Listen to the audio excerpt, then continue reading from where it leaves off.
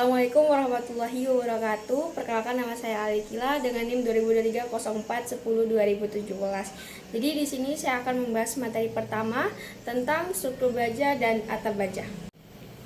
Jadi struktur baja merupakan salah satu jenis struktur bangunan yang memanfaatkan baja sebagai material utama dalam menyusun elemen-elemen struktur seperti kolom, balok, dan rangka atap. Jenis baja yang digunakan dalam rangka atap bervariasi, mulai dari baja profil seperti WF, CNP, UNP, hingga baja ringan, lebih ekonomis dan cepat dipasang. Pemilihan jenis profil baja bergantung pada panjang bentang, jenis beban, serta pertimbangan teknis dan ekonomis lainnya. Jadi materi selanjutnya akan dilanjutkan oleh teman saya. Assalamualaikum warahmatullahi wabarakatuh. Perkenalkan, nama saya Arman Hidayat dan di sini saya akan melanjutkan persentase yang tadi disampaikan oleh teman saya. Yaitu lanjut saja di sini saya akan menjelaskan tentang pengantar SNI nomor 1729 tahun 2020. Merupakan standar nasional yang mengatur tentang spesifikasi dan tata cara perencanaan struktur baja untuk bangunan gedung. Standar ini mencakup desain, fabrikasi, dan pemasangan elemen-elemen struktur baja seperti balok, kolom, sambungan, serta sistem penahanan beban lateral. Ruang lingkupnya meliputi struktur baja murni maupun struktur komposit baja dan beton. Dalam penerapannya, SNI nomor 1729 tahun 2020 menggunakan filosofi desain berbasis limit status design atau bisa disingkat dengan LSD yang mempertimbangkan dua kondisi batas utama, yaitu ultimate limit status atau bisa disingkat dengan ULS dan serviceability limit status atau bisa disingkat juga dengan SLS. ULS memastikan struktur memiliki kekuatan yang cukup terhadap beban maksimum sebelum mengalami kegagalan. SLS menjamin bahwa struktur tetap nyaman digunakan, bebas dari lendutan atau getaran berlebih selama masa pakainya. Mungkin hanya ini saja yang dapat saya sampaikan, kurang lebihnya mohon maaf, dan selanjutnya akan disampaikan oleh teman saya. Sekian, Assalamualaikum warahmatullahi wabarakatuh. Di sini saya akan melanjutkan presentasi dari teman saya, ketentuan desain rangka atap dalam SNI 1729.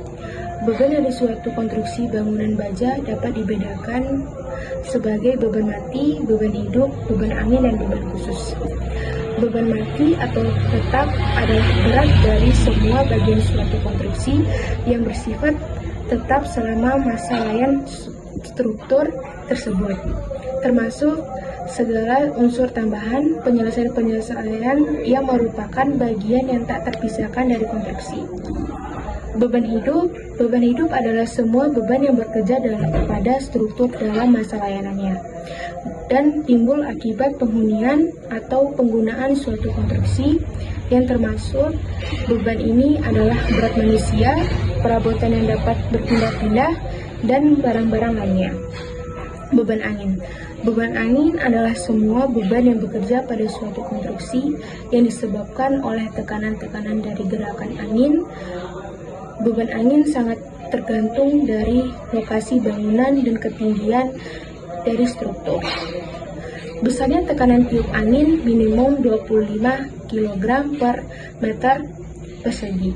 Tekanan tiup untuk lokasi di laut atau tepi laut sampai jauh 5 km dari pantai. Minimum 40 kg per meter persegi untuk daerah-daerah dekat laut dan daerah lain di mana kecepatan angin mungkin menghasilkan tekanan tiup yang lebih besar daripada yang ditentukan. Maka tiup harus ditentukan dengan menggunakan rumus P sama dengan V2/16 kg per cm persegi, di mana V adalah kecepatan angin. Beban angin dibedakan atas dua jenis, yaitu beban angin datang positif dan beban angin hisap negatif. Beban khusus. Beban khusus adalah semua beban yang bekerja pada suatu konstruksi yang terjadi akibat selisih suhu, pengangkatan, pemasangan, penurunan fondasi, susut, gaya-gaya tambahan yang berasal dari beban hidup seperti gaya rem, yang berasal dari keran, gaya sentrifugal, dan gaya dinamis yang berasal dari mesin serta pengaruh-pengaruh khusus lainnya. Faktor keamanan dan kekuatan elemen struktural. Faktor keamanan atau safety factor atau SF adalah suatu hal yang sangat penting dalam analisis dan perencanaan struktur secara keseluruhan. Permasalahan ini sudah menjadi subjek penelitian dan telah banyak dibicarakan di kalangan insinyur sipil, khususnya di bidang rekayasa struktur. Faktor keamanan elemen dan sistem struktur sangat bergantung pada ketahanan struktur. R. Bahan dan geometri dan beban yang bekerja. S. Beban mati, beban hidup, beban khusus. Perkenalkan, nama saya Anissa Tiaswari dengan NIM 202304102020.